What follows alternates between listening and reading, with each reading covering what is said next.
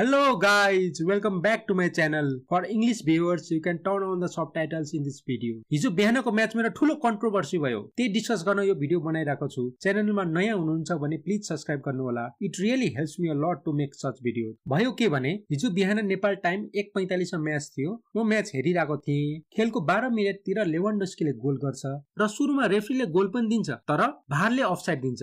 Game हेर्दै मलाई लागेको थियो कि त सियोर अनसाइड छ, अफसाइड हुनै सक्दैन। बिहान निन्द्राको सुरुमा मैले राम्ररी देखिन कि भनेर म बिहान उठेर रिप्लाई हेर्छु त अरे यो त सियोर अनसाइड हो, यो अफसाइड हुनै सक्दैन भनेर लाग्यो मलाई। पहिले यो भिडियो हेरौँ। यहाँ हेर्नु सक्नुहुन्छ कि सियोर त्यो डिफेन्डरको जुत्ता हो, लेवान्डोस्कीको जुत्ता हुनै सक्दैन। यसलाई अझै जुम गरेर हेरौँ, यो सियोर डिफेन्डरको जुत्ता हो। पक्नुस् है, तर पक्नुस् अनलेस लेवान्डोस्कीले यस्तो लामो जुत्ता लगाएको थियो भने मात्र यो अफसाइड हो। धेरैले यसलाई भारको फेलर पनि भनिरहेको छ, तर मेरो विचारमा यो भारको फेलर हुँदै होइन, किनभने भार जस्ट एउटा टेक्नोलोजी हो। यो फेलर भार अपरेट गर्नेहरूको हो। सायद ला लिगाले पछि कुनै एक्सप्लेनेसन दिन्छ कि त्यो हेरौँ। यो अफसाइड पछि बार्सिलोनाको रिदम नै बिग्रियो। सायद खेलाडीहरूको दिमागमा यही अफसाइडकै कुरा घुमिरहेको थियो होला। त्यही भएर यहाँ हेर्नुस्, it was very bad defending. बार्सिलोनाले यसरी गोल खान्छ र त्यही गोलको कारणले गर्दा लास्टमा बार्सिलोनाले 1-0 स्कोरले हार्छ। मेरो विचारमा बार्सिलोनाले यो अफसाइडको कारण भन्दा पनि प्रेस नगरेर हारेको। बार्सिलोनासँग प्रशस्त टाइम थियो, कम्तीमा पनि एक गोल फर्काउन,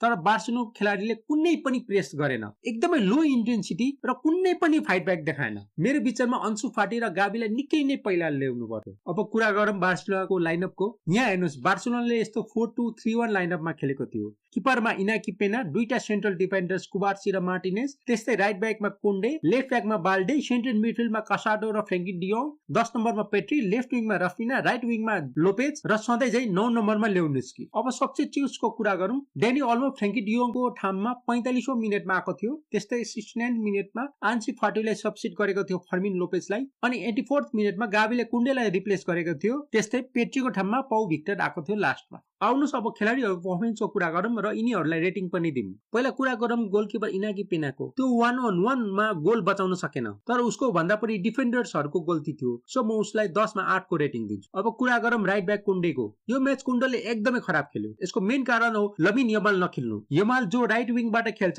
कुन्डेलाई धेरै नै हेल्प गर्थ्यो। म कुन्डेलाई 10 मा 4 मात्र दिन्छु। अब कुरा गरौँ कुबार्सीको। मेरो विचारमा यो म्याचमा कुबार्सीलाई रेस्ट गराउनु पर्थ्यो। त्यही चोटले होला आफ्नो बेस्ट दिन सकेन। म दिन्छु कुबार्सीलाई 10 मा 6। अब कुरा गरौँ मार्टिनेजको। त्यो गोल खाने मेन कारण मार्टिनेज हो। सधैँको जस्तो डिफेन्डिङ आज गर्न सकेन। म दिन्छु मार्टिनेजलाई 10 मा 5। अब कुरा गरौँ बाल्डेको। बाल्डेले राम्रो खेलेको थियो, तर गेम भरि नै उसले खासै मौका पाएन, किनभने धेरै जसो बार्सिलोनाले राइटबाट मात्र खेल्न खोज्यो। म दिन्छु बाल्डेलाई 10 मा 8। अब कुरा गरौँ कसाडोको। कसाडोले ठिकै खेलेको थियो, एकदमै खतरा पनि होइन, एकदमै झोर पनि होइन। त्यही भएर म दिन्छु कसाडोलाई 10 मा 6। अब कुरा गरौँ फ्रेङ्की डियोङको। फ्रेङ्की डियोङ फिट नै देखिएन, एकदमै गाह्रो किसिमले खेलिरहेको थियो र पछि 45 मिनेटमा सब्स्टिट्युट भयो। म दिन्छु फ्रेङ्की डियोङलाई 10 मा 3। अब कुरा गरौँ फ्रेङ्की डियोङको ठाउँमा आएको डेनी ओल्मोको। पेट्रीसँगै डेनी ओल्मो मात्र यस्तो खेलाडी थियो जुन केही गर्न खोजेको जस्तो देखिन्थ्यो, त्यही भएर म उसलाई 10 मा 7 दिन्छु। अब कुरा गरौँ फर्मिन लोपेजको। मेरो विचारमा लोपेज आउट अफ पोजिसन खेलेको थियो। सधैँ 10 नम्बर बनेर खेलिरहेकोमा आज यमाल नहुँदा राइट विङ खेल्नु पर्यो, त्यही भएर होला मेरो विचारमा सबैभन्दा नराम्रो आज लोपेजले खेलेको थियो। म दिन्छु लोपेजलाई 10 मा 3। अब कुरा गरौँ पेट्रीको। मेरो विचारमा सबैभन्दा राम्रो खेल पेट्रीले खेलेको थियो। म दिन्छु पेट्रीलाई 10 मा 7। अब कुरा गरौँ रफिनाको। रफिनाले आज केही पनि गर्न सकेन। त्यसको मेन कारण थियो दुईटा। एउटा त बार्सिलोनाले धेरै जसो लेफ्टमा भन्दै राइटबाट खेल्न खोज्यो, अर्को यमाल नभएर रफिनाको गेममा पनि इफेक्ट आयो। अचम्म लाग्छ मलाई,